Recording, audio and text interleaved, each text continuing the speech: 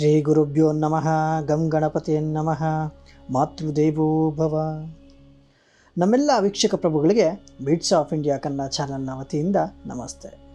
ಯಾರೆಲ್ಲ ಈ ವಿಡಿಯೋ ನೋಡ್ತಿದ್ದೀರಿ ತಮ್ಮೆಲ್ಲರಲ್ಲಿ ನನ್ನ ವಿನಂತಿ, ದಯವಿಟ್ಟು ನಮ್ಮ ಚಾನಲನ್ನು ಸಬ್ಸ್ಕ್ರೈಬ್ ಮಾಡಿಕೊಳ್ಳಿ, ಹಾಗೆ ಲೈಕ್ ಮಾಡಿ ನಿಮ್ಮ ಅಭಿಪ್ರಾಯವನ್ನು ಕಾಮೆಂಟ್ ರೂಪದಲ್ಲಿ ತಿಳಿಸಿ ಎಂದು ಕೇಳಿಕೊಳ್ಳುತ್ತಾ ಬನ್ನಿ ಈಗ ವಿಡಿಯೋ ಶುರು ಮಾಡೋಣ. ಸ್ನೇಹಿತರೆ, ಮತ್ತೊಂದು ಇಲ್ಲಿ ತಿಳಿಯಬೇಕಾದ ಮುಖ್ಯ ವಿಚಾರ ಏನಂದರೆ, ಬಹಳಷ್ಟು ಜನ ಭವಿಷ್ಯವಾಣಿಯ ಬಗ್ಗೆ ತಪ್ಪು ಮಾಹಿತಿ ಗ್ರಹಿಸಿಕೊಂಡಿದ್ದೀರಿ. ಕಾರಣ, ಬಹಳಷ್ಟು ಮಂದಿ ರಾಶಿ ಭವಿಷ್ಯ ಕೊಂಡು ನಮಗೆ ನೀವು ಹೇಳೋದೆಲ್ಲ ಯಾವುದು ನಡೆಯಲ್ಲ, ನೀವು ಹೇಳೋದೆಲ್ಲ ಸುಳ್ಳು ಅಂತೆಲ್ಲ ಬಹಳಷ್ಟು ವಿಡಿಯೋಗಳಿಗೆ ಕಮೆಂಟ್ ಮಾಡಿರುವುದನ್ನು ಕಂಡಿದ್ದೇವೆ. ಸ್ನೇಹಿತರೆ, ನಿಮಗೆ ಈ ವಿಡಿಯೋ ಮೂಲಕ ತಿಳಿಯಪಡಿಸುವುದು ರಾಶಿ ಭವಿಷ್ಯ ಎನ್ನುವಂಥದ್ದು ವೈಯಕ್ತಿಕವಾದದ್ದಲ್ಲ. ಇದನ್ನು ಸಾರಾಸಗಟಾಗಿ ಹೇಳುವಂಥದ್ದು, ಅಂದರೆ ಒಂದು ರಾಶಿಗೆ ಒಳಪಟ್ಟಂತೆ ಎಲ್ಲರಿಗೂ ಹೇಳುವಂಥದ್ದಾಗಿದೆ. ಹಾಗಾಗಿ ಇದು ಕೆಲವರಿಗೆ ಪರಿಣಾಮ ಬೀರಬಹುದು, ಇನ್ನು ಕೆಲವರಿಗೆ ಪರಿಣಾಮವಾಗದೇ ಇರಬಹುದು.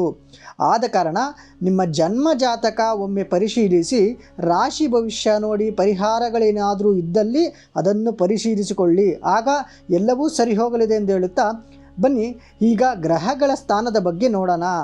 ಮೊದಲನೇದಾಗಿ ಶನಿದೇವ ಮೀನರಾಶಿಯಲ್ಲಿ ವಕ್ರವಾಗಿದ್ದಾರೆ.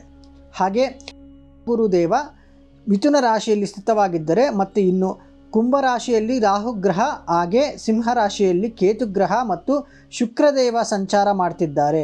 ಅದರಲ್ಲೂ ಶುಕ್ರ ಗ್ರಹದ ವಿಚಾರ ನೀವು ತಿಳಿಯಬೇಕು ಅಂದರೆ, ಈ ತಿಂಗಳು ಅಂದರೆ ಸೆಪ್ಟೆಂಬರ್ ತಿಂಗಳು ಕಟಕ ರಾಶಿಯಿಂದ ಸಿಂಹರಾಶಿಗೆ ಶುಕ್ರ ಬರುವಂಥದ್ದಾಗಿದೆ.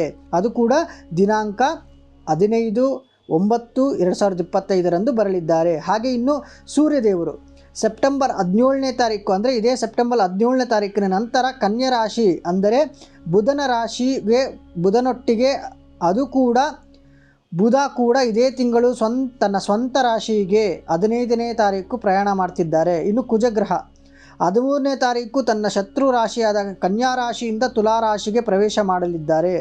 ಹಾಗಿದ್ರೆ ಬನ್ನಿ ಸ್ನೇಹಿತರೆ, ಈ ಗ್ರಹಗಳ ಬದಲಾವಣೆ ಕಟಕ ರಾಶಿಯ ಮೇಲೆ ಹೇಗೆ ಪ್ರಭಾವ ಬೀರಲಿದೆ ಎಂದು ತಿಳಿಯೋಣ. ಸೆಪ್ಟೆಂಬರ್ ಮಾಸಿಕ ಜಾತಕ 2025 ಈ ತಿಂಗಳು ಕರ್ಕ ರಾಶಿಯವರಿಗೆ ಅನೇಕ ವಿಧಗಳಲ್ಲಿ ಅನುಕೂಲಕರವಾಗಿದೆ ಎಂದು ತಿಳಿಸಲಾಗುತ್ತಿದೆ.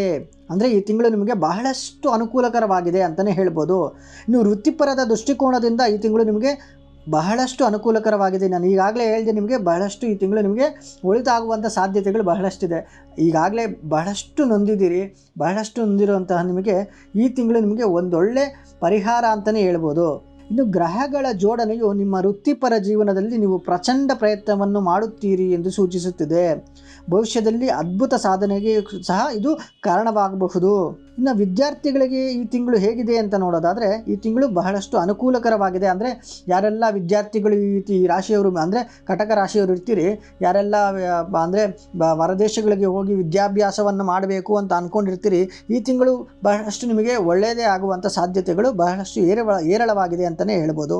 ಹಾಗಾಗಿ ಈ ತಿಂಗಳು ವಿದ್ಯಾರ್ಥಿಗಳಿಗೆ ನಿಮ್ಮ ಪ್ರಯತ್ನಗಳು ಫಲ ನೀಡುತ್ತಿವೆ ಮತ್ತು ಅವು ಈಗ ಉತ್ತಮ ಫಲಿತಾಂಶಗಳನ್ನು ನೀಡುತ್ತವೆ. ಅಂದರೆ ಈ ತಿಂಗಳು ನಿಮಗೆ ವಿದ್ಯಾರ್ಥಿಗಳಿಗೆ ಉತ್ತಮ ಫಲಿತಾಂಶಗಳನ್ನು, ಯಾರೆಲ್ಲ ಪರೀಕ್ಷೆಯನ್ನು ಬರೆದು ರಿಸಲ್ಟ್ಗಾಗಿ ವೆಯ್ಟ್ ಮಾಡ್ತಿರ್ತೀರಿ ಅವರಿಗೆಲ್ಲರಿಗೂ ಉತ್ತಮ ಫಲಿತಾಂಶ ಬರುವಂಥ ಸಾಧ್ಯತೆಗಳು ಈ ರಾಶಿಯವರಿಗೆ ಸೆಪ್ಟೆಂಬರ್ ತಿಂಗಳಲ್ಲಿ ಬಹಳಷ್ಟಿವೆ.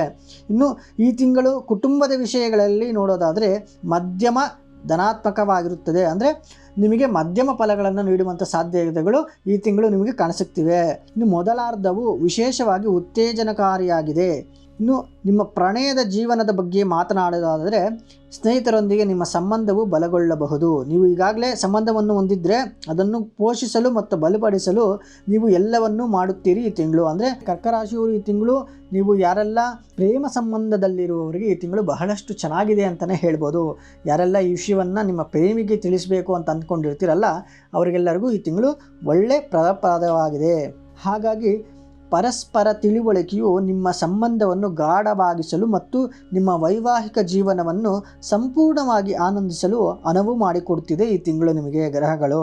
ಇನ್ನು ನಿಮ್ಮ ಆರ್ಥಿಕ ಸ್ಥಿತಿಯನ್ನು ನೋಡೋದಾದರೆ, ಕರ್ಕ ರಾಶಿಯವರಿಗೆ ಈ ತಿಂಗಳು ಸೆಪ್ಟೆಂಬರ್ ತಿಂಗಳು ನಿಮ್ಮ ಆರ್ಥಿಕ ಸ್ಥಿತಿಯನ್ನು ನೋಡೋದಾದರೆ ಈ ತಿಂಗಳು ನಿಮಗೆ ಬಹಳಷ್ಟು ಲಾಭದಾಯಕವಾಗಿದೆ. ಅಂದರೆ ಉದ್ಯಮದಲ್ಲಾಗಿರ್ಬೋದು ಅಥವಾ ವ್ಯಾಪಾರದಲ್ಲಾಗಿರ್ಬೋದು ನಿಮಗೆ ಬಹಳಷ್ಟು ಲಾಭವಾಗಿ ಈ ತಿಂಗಳು ನಿಮಗೆ ಕಾಣಸಿಗ್ತಿದೆ. ಹಾಗಂತೇಳಿ ಲಾಭ ಬರ್ತಿದೆ ಅಂಥೇಳಿ ಬೇಕಾಬಿಟ್ಟು ಖರ್ಚು ಮಾಡುವಂಥದ್ದನ್ನ ನೀವು ನಿಲ್ಲಿಸಬೇಕಾಗತ್ತೆ.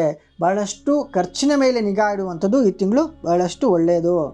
ಇನ್ನು ಆರೋಗ್ಯದ ವಿಚಾರದಲ್ಲಿ ಈ ತಿಂಗಳು ನೋಡೋದಾದರೆ ಮುನ್ನೆಚ್ಚರಿಕೆಗಳ ಅಗತ್ಯವಿದೆ. ಅಂದರೆ ಹೊಟ್ಟೆ ತೊಂದರೆಗಳನ್ನು ಅನುಭವಿಸುತ್ತಿದ್ದರೆ ಅಥವಾ ನಿಮ್ಮ ದೇಹದಲ್ಲಿ ಗಡ್ಡೆಯನ್ನಾದರೂ ಹೊಂದಿದ್ದರೆ ಈ ಅವಧಿಯಲ್ಲಿ ಅದರ ಬಗ್ಗೆ ಹೆಚ್ಚು ಗಮನ ಹರಿಸಿ ಮತ್ತು ಹೆಚ್ಚಿನ ಸಮಸ್ಯೆಯನ್ನು ತಪ್ಪಿಸಲು ಸರಿಯಾದ ಚಿಕಿತ್ಸೆಯನ್ನು ಸಹ ನೀವು ಪಡಿಬೇಕಾಗತ್ತೆ. ಹಾಗಿದ್ರೆ ಬನ್ನಿ, ಇನ್ನು ಪರಿಹಾರ ಏನು ಗುರುಗಳೇ ಅಂತ ನೋಡೋದಾದರೆ ನೀವು ಚಂದ್ರನ ಬೀಜ ಮಂತ್ರವನ್ನು ಜಪಿಸಬೇಕು.